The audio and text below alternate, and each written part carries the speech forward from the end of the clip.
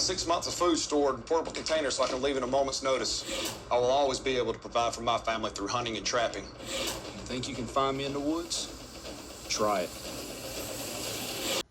Hi, everybody. Is that really how I'm going to start the video off? Hi, everybody!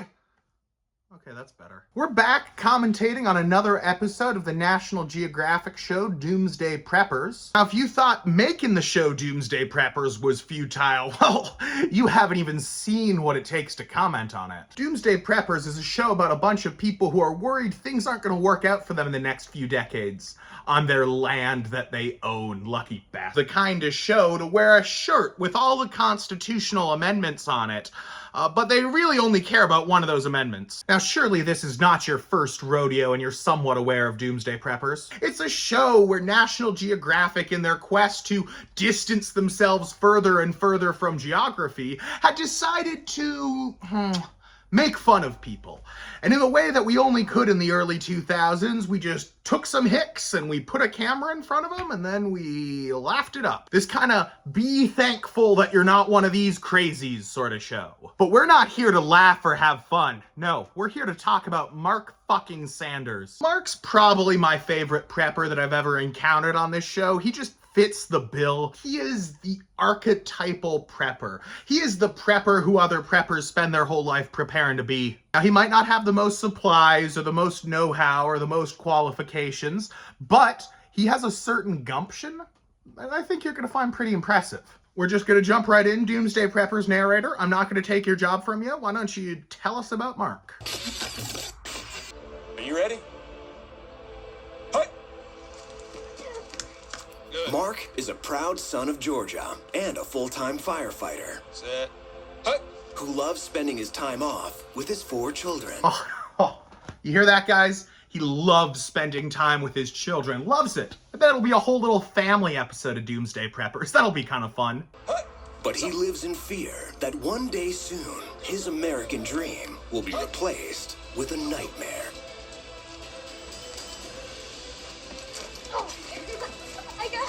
I'll tell you what's a nightmare is that fucking defense.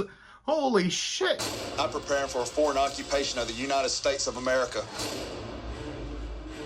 Everybody thinks America's safe. It's not safe. America's in trouble right now. Every other country just about has been invaded. We've had our boots on their soil. All of them. Canada, Thailand, Wakanda, basically every country that you could think of. Guys, I apologize, by the way, for the video quality during this episode. What you're seeing is, more than anything else, a reflection of the advancements in anti-piracy technology that had actually forced me to revert back to a tried and true method of just pointing a camera at a screen. So as you're crunching on that audio, why not drop me a like to, really reward my efforts there? Mark believes that his home state is a direct target for one nation in particular. One that the U.S. has spent decades repairing strained diplomatic ties with. Djibouti. Russia. I was gonna guess Russia. That was my second guess. It's gonna be like Red Dawn. You're gonna be carrying on your normal daily activities.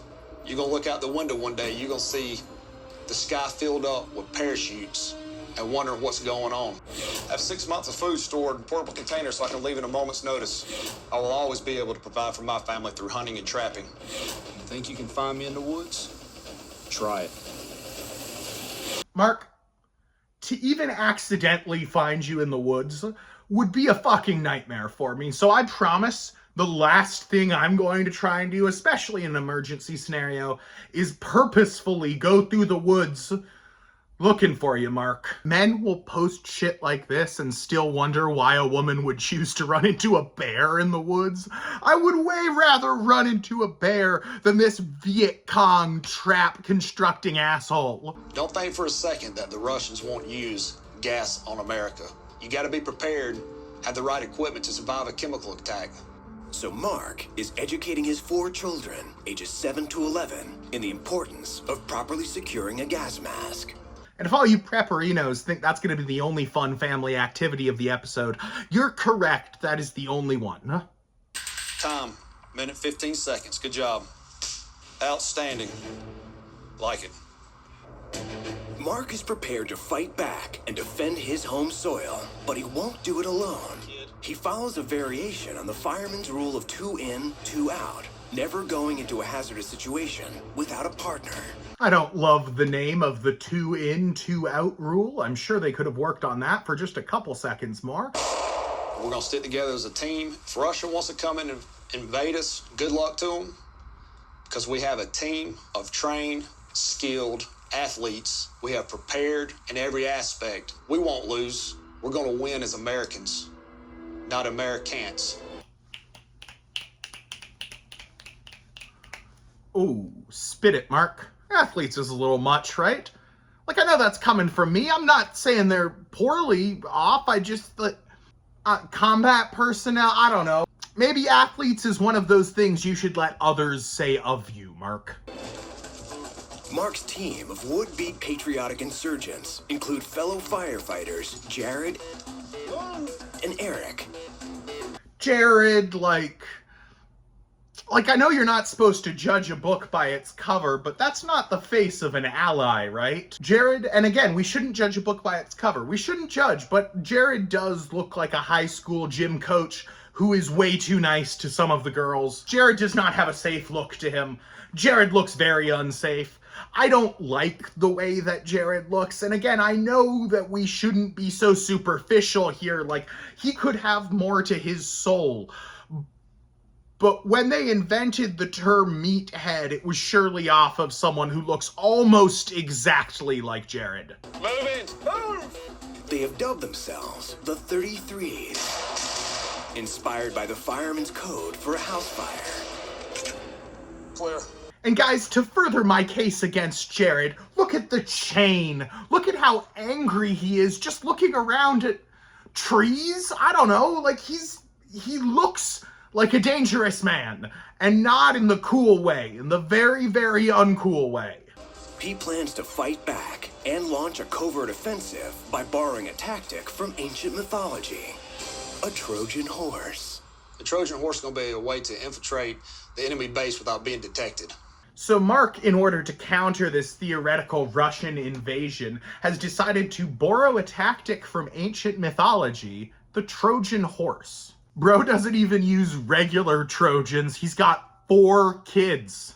Looking for something that we can put our team up in. We can get our team in it. We can put our gear, supplies, ammo, guns, and we get behind enemy lines. Something where we're going to be closed up, but it won't be out of the way. Something like a Trojan horse. You have anything like that? I think I do. So Mark's plan is essentially to trick the Russian army with a Trojan horse, which, wait until you guys see this Trojan horse. It is awesome. He does a great job. So he goes in to buy the Trojan horse. He's negotiating with this salesman. He starts off really, really broad, but then realizes that he can't avoid talking about the fact that he needs something to hide in to get behind enemy lines like a Trojan horse. And this is the most skilled salesman in the world, because instantly he's just like, yes, I got you, brother, let's go. And he does find them a really good solution. So I wonder how many requests he's gotten for Trojan horse-like things in the past. That's it, man. That is going to be the Trojan horse. They've selected an old propane tank for the body of the Trojan horse, and now Mark and the 33s are giving it a new paint job to look like an operational fuel tank for a fictional propane company. That's definitely getting behind enemy lines. What do you think? I think so. Oh yeah, man. That's definitely getting behind enemy lines. This is the sort of fun crafting activity, you know, with paints and numbers that, you know, your kids might like to be involved in. Where are your kids? Where are your kids, Mark? He was like, no, this needs to be serious. And then he made that. His team has built a propane tank Trojan horse, and now they're installing a feature that will let them see outside, so they can assess when it's safe to exit the tank without being detected. What we're building is a surveillance mirror. It's going to be used to look like a cap, but it's going to have a mirror on the inside. So when we're inside, we can push the cap out, and we can scan with the mirror to see if there's any enemy or anybody close by to our Trojan horse.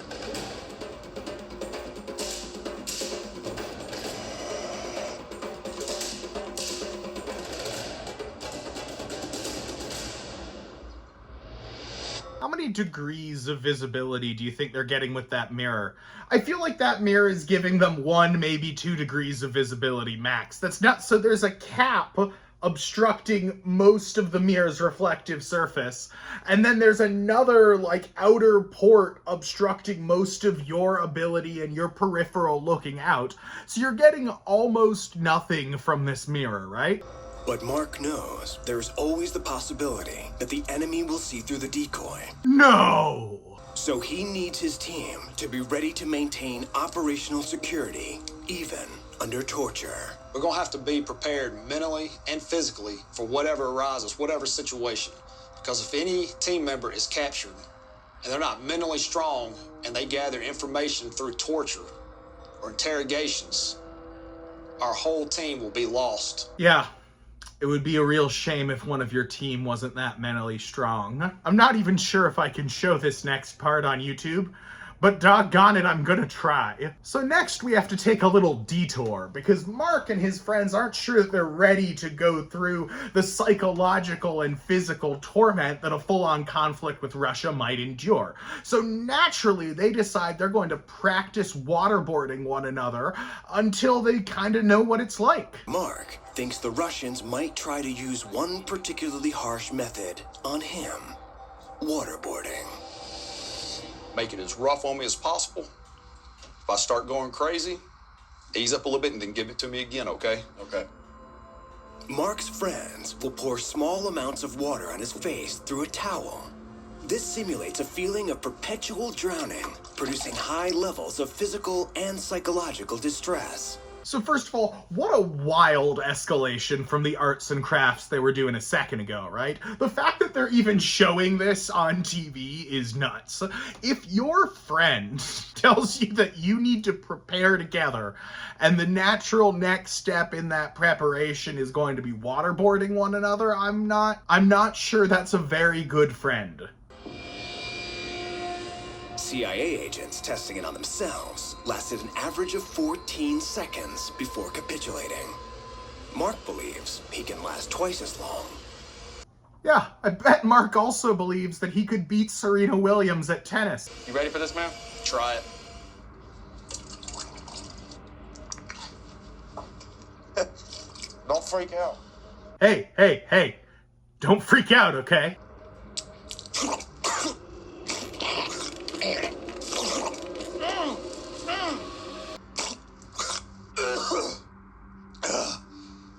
That is horrible. That is horrible. Real life, if you're weak, you would break. I don't know how many people's ever been through it, but I would suggest you try it and get the feeling for yourself to believe it. I would not suggest that. I think if there's one moral that we can all take home from this video, I really hope, is that please don't try it. After testing one of the most intense interrogation techniques, Mark's propane tank Trojan horse is almost complete. But before he can put it to the test... Oh my god, look, Ivan is genuine American gas tank.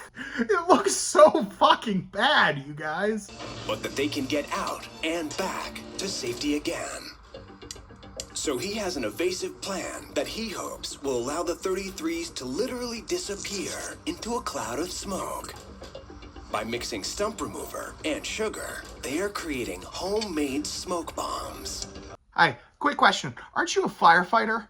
What is all this? If I saw my local fire department doing arts and crafts with sugar and stump remover, I would feel like that took away a lot of their credibility. This is a career-ending video to have out there on the internet as a firefighter. This is the type of thing that the local fire department should be advising against. You ready to try it? Yeah, try it out.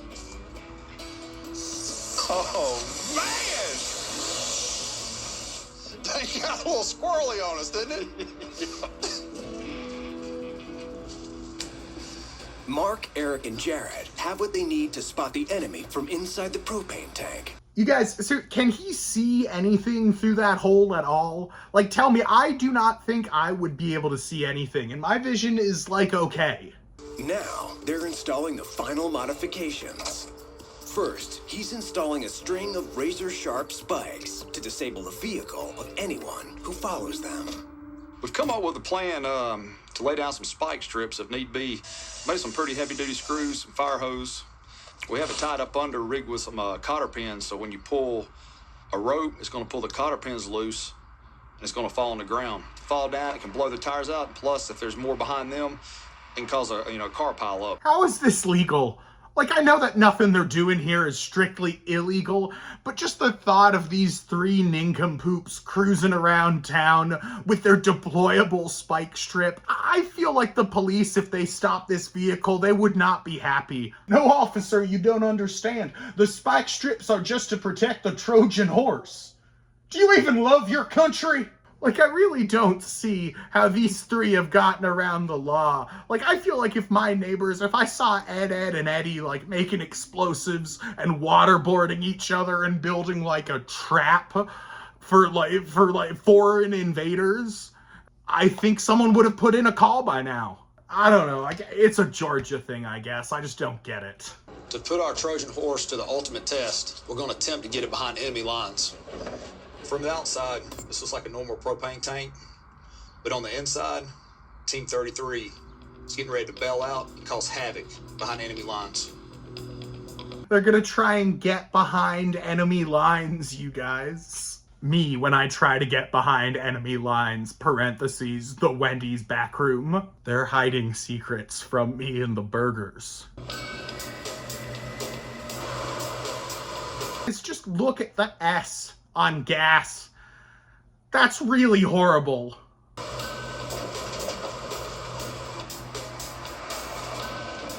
How are you guys doing back there? Yeah, take it easy on the bumps. That's all, Roger. Axeman's ready. Our adrenaline's flowing right now, man. We're ready to get there. Interior, we're arriving. Look at Jared's Jeep, you guys. Look at, no more sympathy for that man. I'm no longer judging a book by his cover. I know everything I need to know, and I don't like you, Jared. Arriving at the location now. Mark and Eric are being dropped in an unknown location in the city center. If a Red Dawn scenario occurred, Mark thinks that resources like fuel will be in high demand, making their propane tank the perfect bait to lure the Russian army. I think it was another YouTuber who pointed this out, but most military vehicles don't run on gasoline, so this whole gasoline diversion is actually a lot more fruitless than you might think. Interior, it looks like we have a bite. Don't make a sound. The caboose is following. The caboose is following. Jared has arranged for a city tow truck to act as the enemy. If Mark and Eric can escape from their Trojan horse undetected, he will bring them back to safety. Guys, don't hurt him, don't hurt him. He's just a tow truck driver. Die, you commie bastard!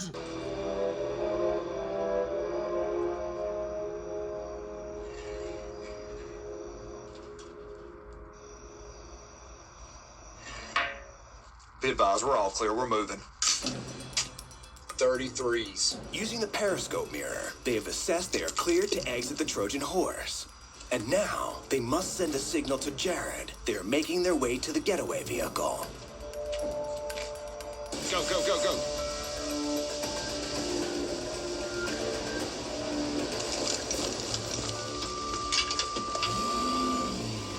We were able to get behind enemy lines with a Trojan horse. It was nothing less than brilliant. It was executed perfect. So you got behind enemy lines, created a diversion to be picked up, and then you left. It's nothing less than completely and utterly brilliant. I couldn't have said it better myself, Mark. Good job. Well, that was Mark. Thanks for, if you made it to this point, thank you very much. And if you didn't, then this is kind of a tree falling in the forest sort of situation if you didn't make it to this point, because you're not hearing this. So am I really saying it? Oh, that's a thinker. Unfortunately, I'm not mentally strong like Mark, so I might have to think on it a little bit. Good night, guys. Thank you. Thank you very much.